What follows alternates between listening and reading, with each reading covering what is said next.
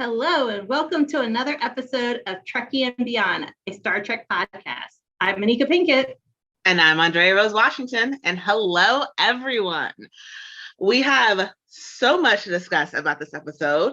But before we jump into it, we wanted to say thank you to everyone, to all of our new listeners. Our numbers are slowly going up, and we're really thankful and happy that we have people who want to go on this journey with us. So let's discovery together.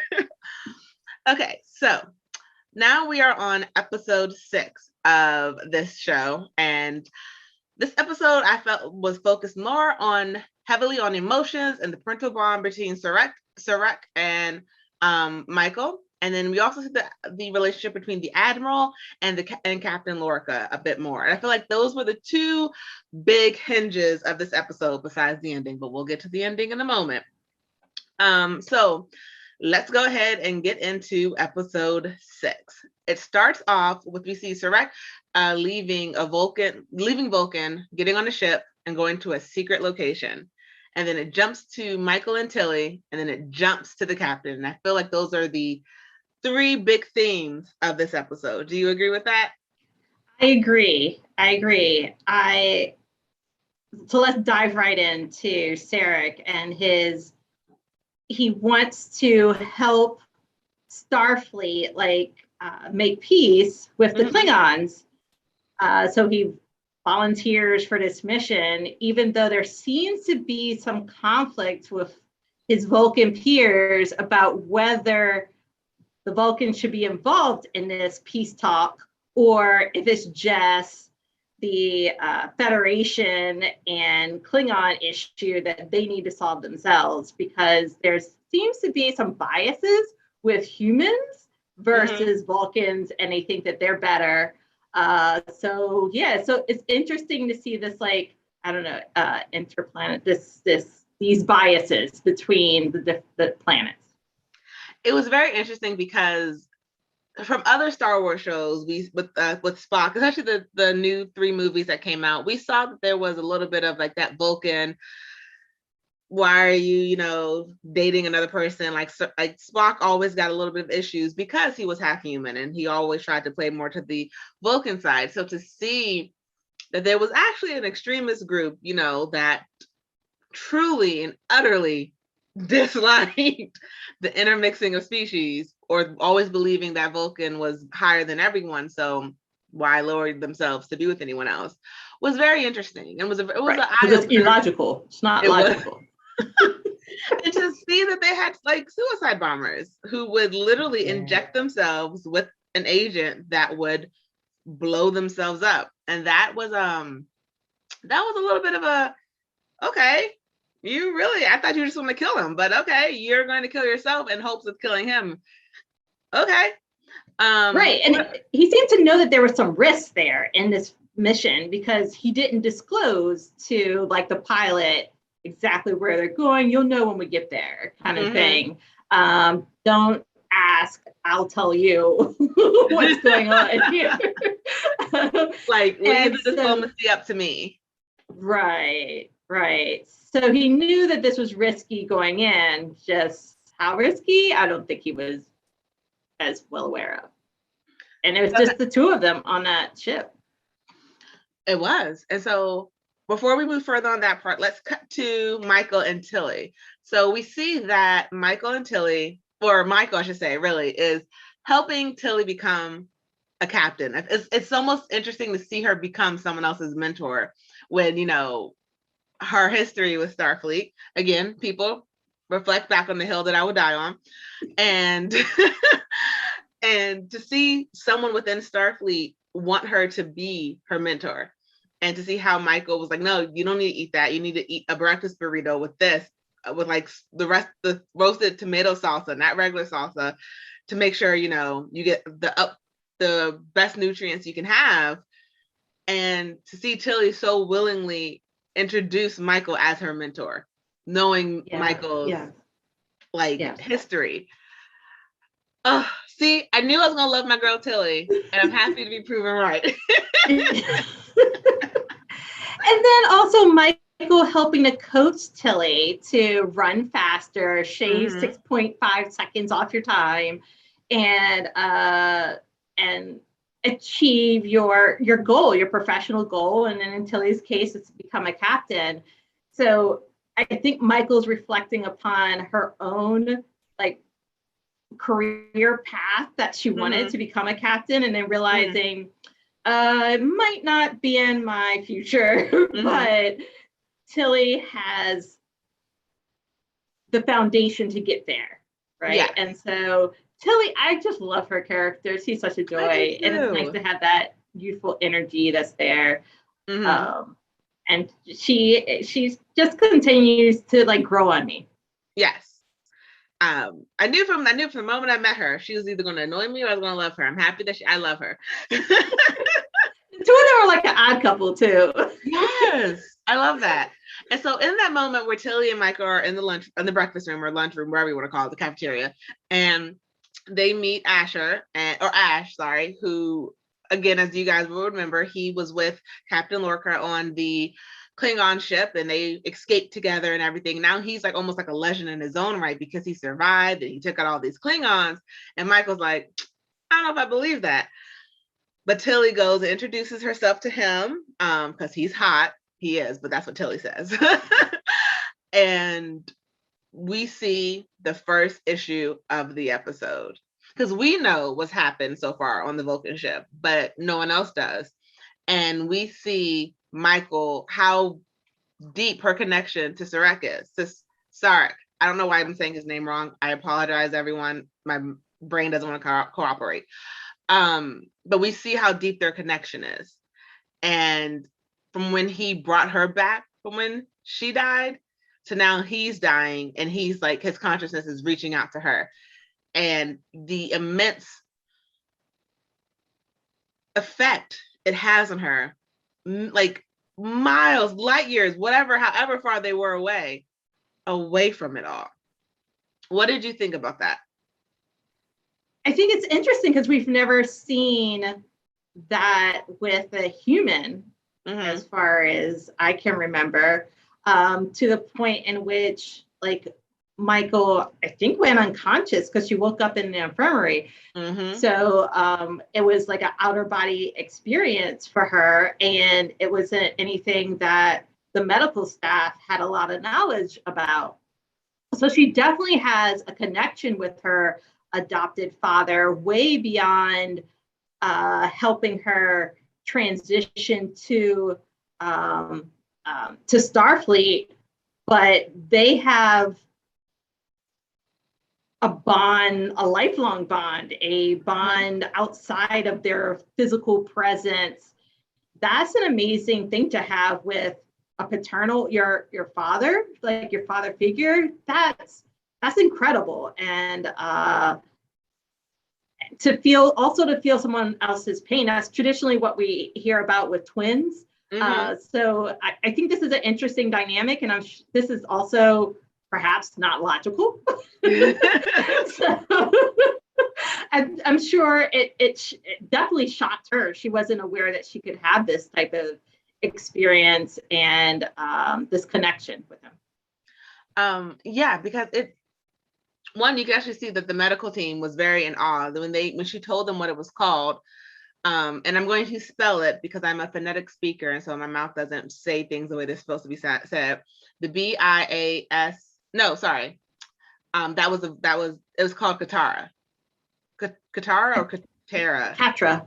I thought it was a Katra. Yeah. See, I told you I'm a phonetic speaker, and I pronounce things the way they're spelled, not the way they're pronounced. So it's Katra.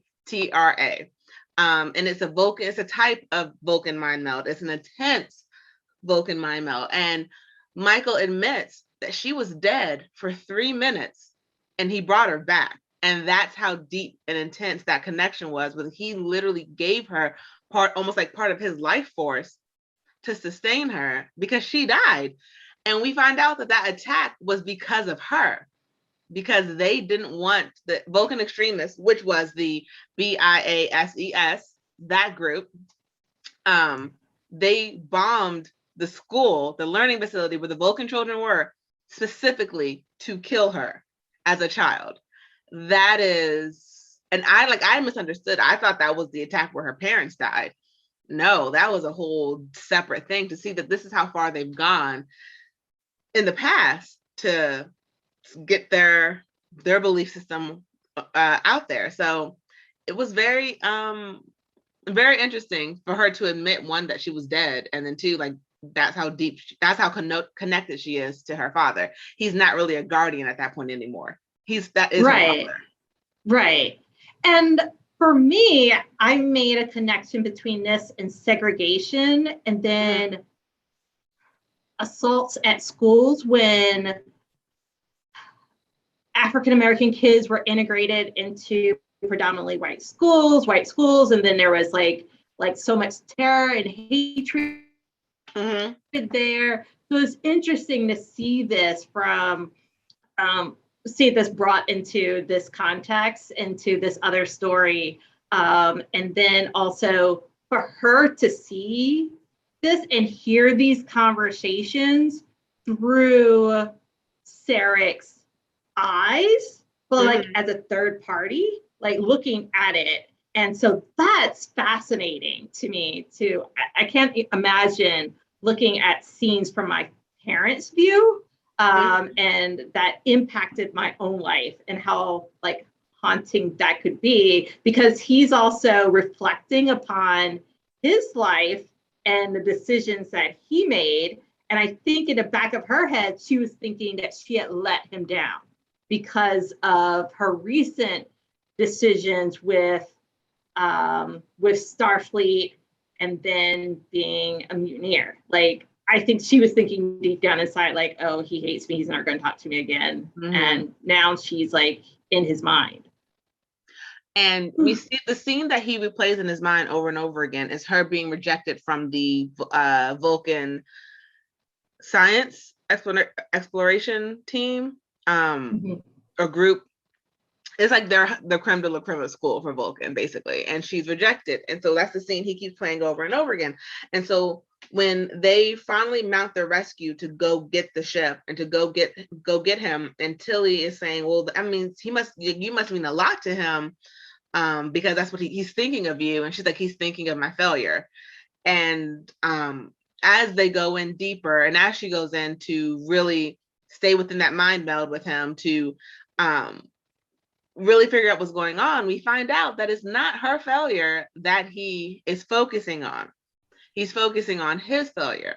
And he shows her the scene of basically he's having to choose between his two children, because the director of the school will not allow both Michael and Spock to enter the school. And Spock has a couple more years, but the teacher says, basically, or the director, whatever you want to call him, basically says, pick one. Not basically, he does say, pick one. We're not going to have two non-Vulcans in the school. And so the one, that's him showing, he doesn't consider Spock Vulcan, because even though Spock's father is Vulcan and Spock is biologically half Vulcan, he doesn't view him that way. And Michael is faced with the truth of she didn't get in, not because she wasn't qualified, but because he chose Spock over her. Even worse about that decision, because Spock chose not to go. And Spock chose Starfleet over it. And he realized he made the mess of it, because Michael would have went if she got in. And and I feel like he was saying all of this is his fault, because if he had just let her go to the school, she would have never been in Starfleet, never been in Klingon, all those people.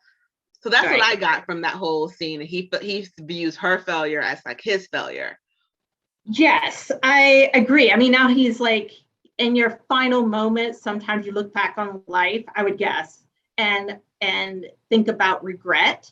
And this was one of them for him, because it was a missed opportunity for Michael, who was interested in that. He was trying to save a spot for his own kin, but that didn't work out. And it seemed like he also did not tell his wife, because she looked as though she was completely out of the loop on this.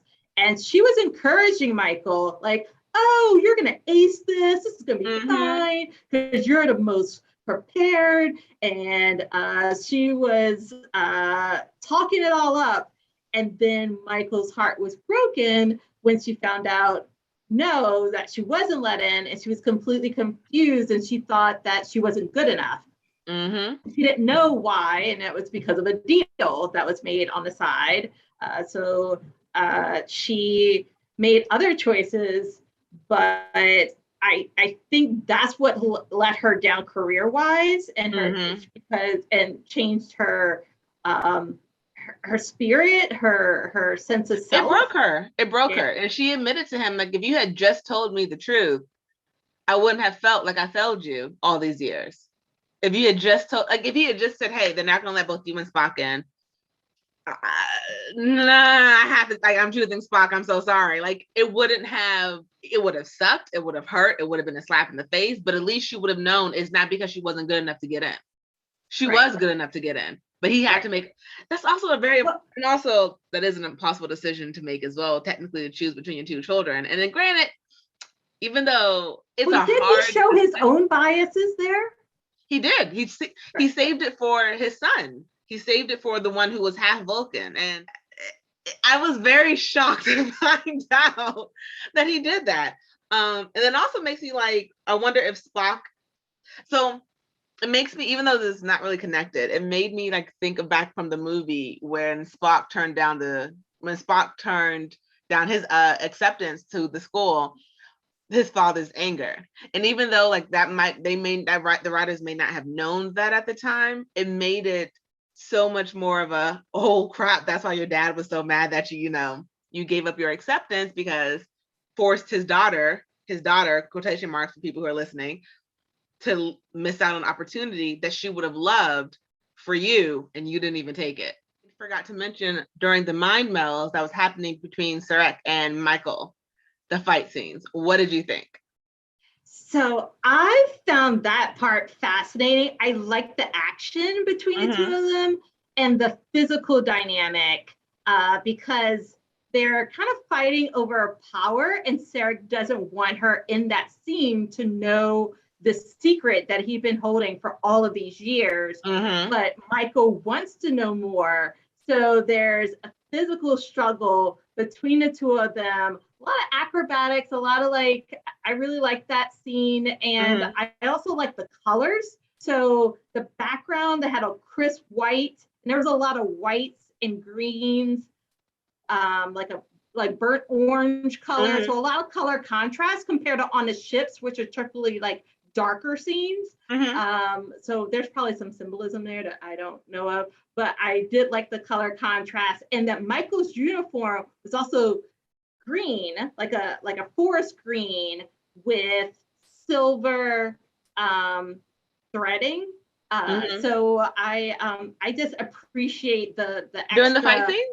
I missed that. I'm gonna go back and watch that part now, because I need to see her in that fierce outfit. As you can tell, if you're listening on the podcast, I'm wearing green today first, so I need to go back and watch that. But she did not have a Starfleet badge. So, yeah, she still doesn't. So that's very not in that scene. But they made separate costumes just for them. But it was interesting. It was just a nice like dynamic and completely different than the traditional scenes that we've seen her in. Okay, so then now we're going to jump back into the second half of the episode of the other main plot point of this episode, which was the Admiral and the Captain. Because the Admiral ends up coming to Discovery to basically yell at Captain Lorca for mounting this rescue for Sarek. And it's interesting because they really didn't want him to do it, but the captain places different values on different members of his team, and he understood that this was important to Michael, and so he still was like, whatever, we're gonna go save him because that's what we do. And the Admiral comes and she is pissed. So there's a lot of different things that sort of happen in this scene between the Captain and the Admiral. But I'm gonna let you, what did you think? I want to hear your thoughts before I say my thoughts. What did you think? I think we've learned a lot more about Lorca being like a manipulator. Well, are we really learning that, or are we just seeing it in a different form? We're seeing it in a different form, and we're seeing him do that So let's backtrack. So the Admiral and Lorca, the captain, seems to have a previous relationship. They didn't describe it in a lot of details. He invites her over for some drinks. And they like unzip their jackets, get a little comfortable, and chat, reminisce a bit. And the Admiral decides she wants to take it to the next level. She stands up, it takes her badge off, puts it on the table, and invites him for some one-on-one time. Now so they didn't go. Let's discuss this part before we move forward. Let's discuss what we've seen so far. Remember, people, she came to his ship to reprimand him for launching an unauthorized rescue mission, which is foreshadowing. So if I forget that later, I'm gonna let you. That's foreshadowing. An unauthorized rescue mission to save a high Vulcan, to save Sarek, basically. He's high in Vulcan society. And she starts off by like asking him questions about how he's doing, what's going on. And Lorca stops her by saying, "Are you being a therapist right now?" So then we get to learn that she used to be a therapist before she joined Starfleet, or I guess before she might have been on the track that she's on with Starfleet.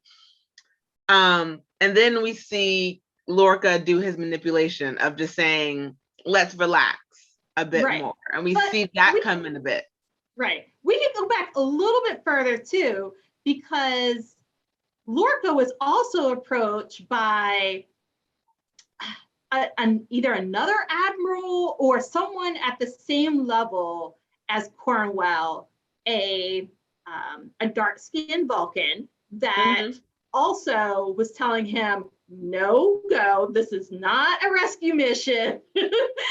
And so then Cornwell stepped in and took another ship to meet up with Discovery to have this conversation face to face with Lorca, because she could have, like, I don't know, sent over a hologram or sent over a memo of some sort, a recording of her message.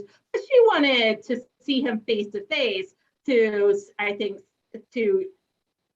to reprimand him about this and get some more understanding, and maybe use some of her psychology to find out more about what's going on with her dear friend. Because she is right. He did take a risk because Discovery is their secret weapon. And we'll get to like maybe next episode if they're even still really a secret weapon, if they don't have the Ripper anymore to be used as a spore drive, because they can't keep stabbing people. Like, they can't keep doing that. Right. So they can't keep using that. To jump, Yeah, so like, are they even really still a secret weapon if they can't, use their spore drive anymore? But that's neither here nor there. That's probably going to be talked about in the next episode.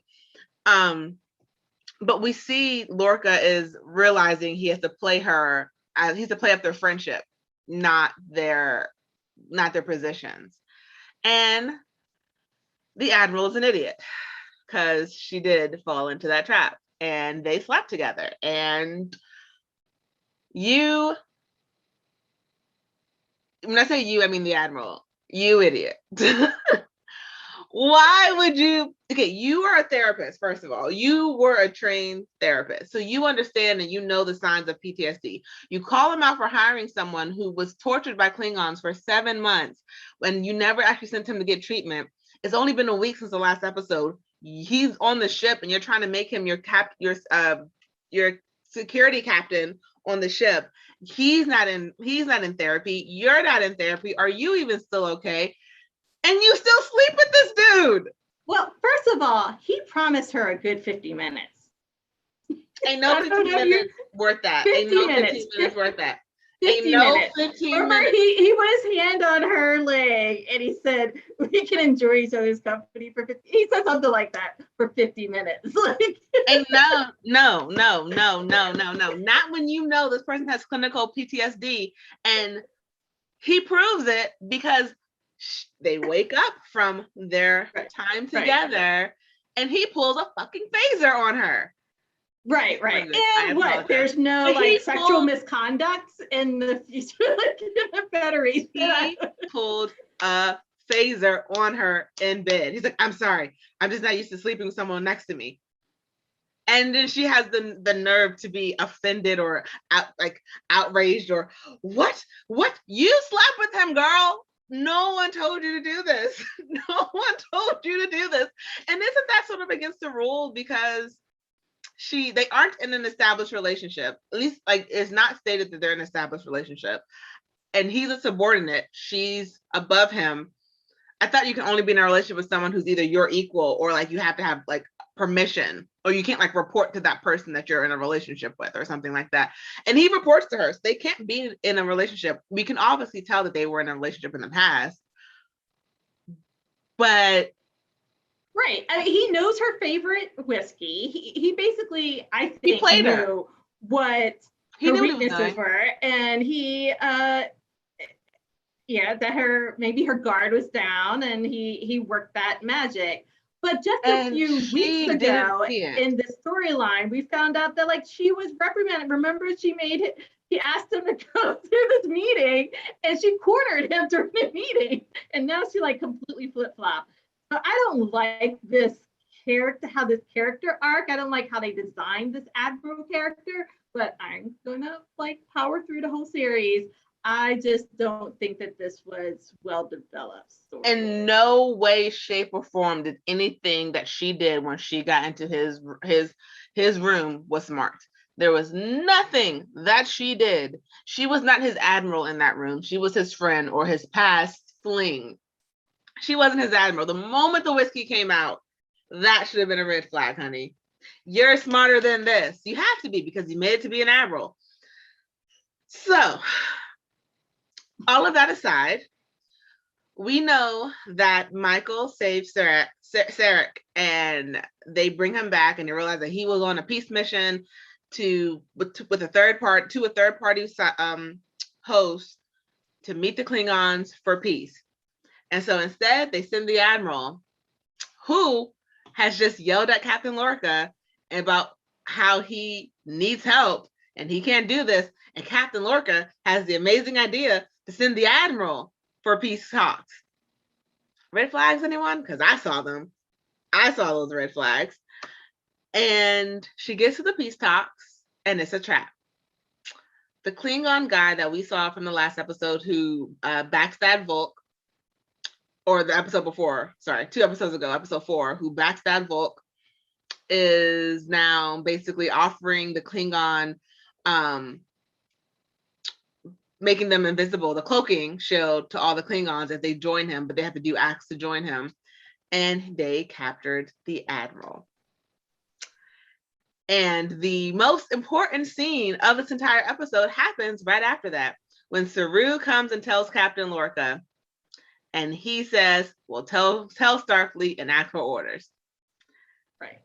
So the Klingons are also surprised, on the bright side, that they have someone even better than a Vulcan. Like in there, like they're like, oh, this is better. This is someone from the Federation. Oh, now they have a hostage. Like an admiral, not just anyone from the Federation, the Admiral. Right.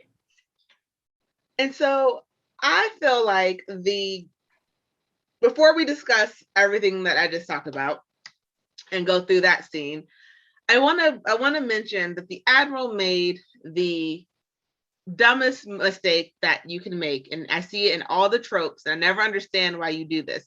You do not tell the person you are either going to turn into the police, turn into their job, you're taking something away from them. You do not tell them, okay, I'm going to go do this dangerous thing that I may require your help with afterwards. And when we come back, we're going to talk about you losing your position or you going to jail. No, you don't do that. You don't tell the person you're going to potentially screw over. You're going to screw them over in a position where you're going to need their help eventually. So and she's the Admiral, and she did it. Right. So we've seen a lot of smart female characters in the series thus far. She's not one of them. No. And it's interesting because Battle of the Binary Stars, like there was eagerness for Starfleet to get a hostage, right? And now the tables have turned, and Lorca doesn't seem interested in like, oh, maybe we won't risk this and go after and try to help save his dear friend, Admiral Cornwell. Like, let's see where this all falls. So I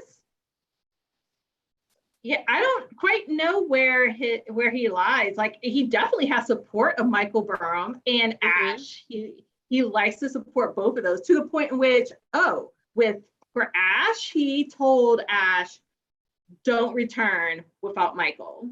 Yes. Yes. But not for Admiral Cornwell. No. And like, as he stated earlier, that the Klingons, earlier in the episode, the Klingons don't do peace. They don't do peace talks. So he knew something was off in the very beginning. And then he suggested the Admiral go. And then now the Admiral's captured and Discovery is the closest. And then he plays on he got in trouble for going after Sarek. Sorry, people. He got in trouble going after him, unauthorized rescue mission. And now he's playing that card not to go after the Admiral for an unauthorized rescue mission. And you stated this earlier, and I agree with you. I think he set her up. I knew he knew something was off. He didn't know what would happen, but he set her up. I don't think he thought that she would get captured. I think he thought she might have gotten injured, or like there was an attack, and then maybe she would have like kept him on, but she set him up. Oh yeah, I think he's in like survival mode to the point in which like I can't remember the name of the previous ship that he was on. Durham. The previous ship in which he was the only survivor. Like, yeah. Then I think he's self-centered. I think it's all about him and survival, and he'll take people down as long as he can come out the winner at the end. I think he is one of those anti-heroes. Like, sorry, that's not the right term. The right term is the maverick cop. That's like the terminology where they're willing to do anything, use anyone, burn any bridge, like hurt, like to do anything to get the end result that they need. And so in their mind, they're still the good guy because his goal is to end the war. His goal is to end the war with Klingon, which on paper is a good goal. But the actions that he takes to get there are not good. They're not legal. They're not what a good person would do to get to the end result. For him, the ends justify the means. And for me, so now like the more and more that I'm seeing of him, I'm realizing he's a maverick cop. He's that type of person who will do whatever it takes to get the end result that he needs. And technically, the end result is the result that Starfleet wants. I see him as another version of Michael. Michael didn't want to hurt anyone in her actions. She was initially trying to save a lot of people, and then it just so happened that no one listened to her and everyone died, and then she got blamed for it. Captain Lorca wants the end result of no war, but he's willing to do anything to get to that point. He's willing to harm people. He's willing to lose people. He's willing to put his own people at risk if it means furthering his goal of getting the war over. And bending the rules. And bending the rules. Ignoring the rules. Yeah. Making new rules. Just for his ship, because it's his ship. Because it's Discovery. It's the best ship in the fleet. And so it's so interesting to see them together because Michael never wanted anyone's death. She would have never blown up her ship if it was captured by Klingons. She would have never blown them up. But Captain Lorca did. He blew them up so they wouldn't be captured. But really, who's the true mutineer? And seeing them together, it's just sort of like, okay, you're the maverick cop, Lorca. You're the maverick cop who makes all the wrong decisions to get to the right result. And it's just, what you doing? Oh yeah, like Lorca just was never like found guilty of the crime. It's just that Michael was. But I'm also starting to get a little vibe that maybe Ash is a manipulator too, because he lied a few times about his hometown and how many kills he had in that simulation. And I'm wondering if he's using Michael. I hope not, but he's a little sketchy. Well, so Just I a don't little, know. not I as wouldn't bad say as Lorca and a few other characters. I wouldn't say he lied about where he's from. I consider it more of when people from the DMV say I'm from DC, because no one knows the town in Maryland or Virginia that they're from. So he said the closest city to him was Seattle. Because I'm gonna be honest, I don't know any other cities in Washington besides Seattle. Like if you said, like I mean, as in like I don't know where they are in correlation on their state.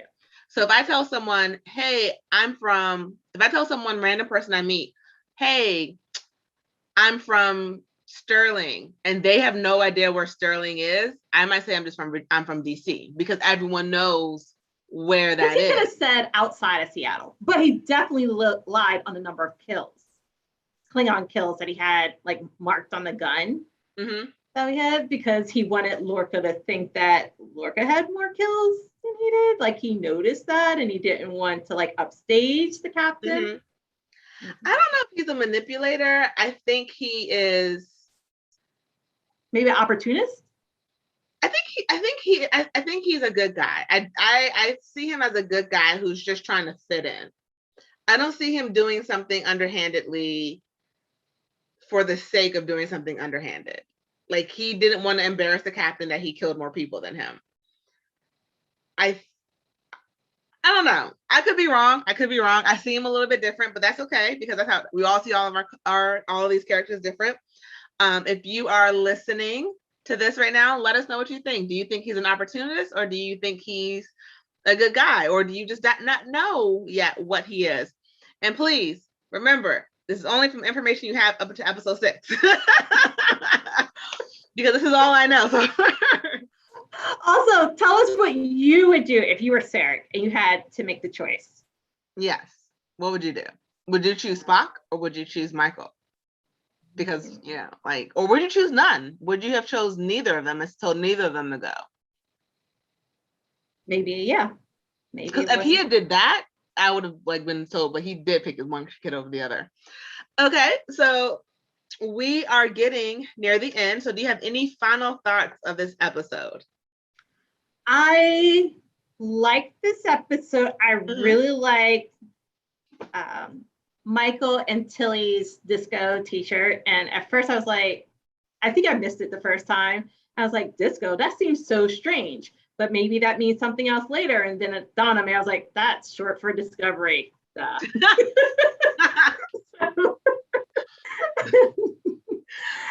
So family and friends, I would love a disco t-shirt like that for Christmas, but I thought that was very cute. I really love the costume designer for the series. She does a wonderful job, and I see lots of metaphors and connections with all of it. I just wanted to say shout out to her.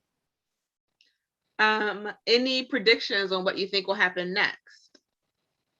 I think we'll see more of Ash and Michael's relationship. And up until this point, I wasn't even quite sure of Michael's sexuality or if she was like non-binary.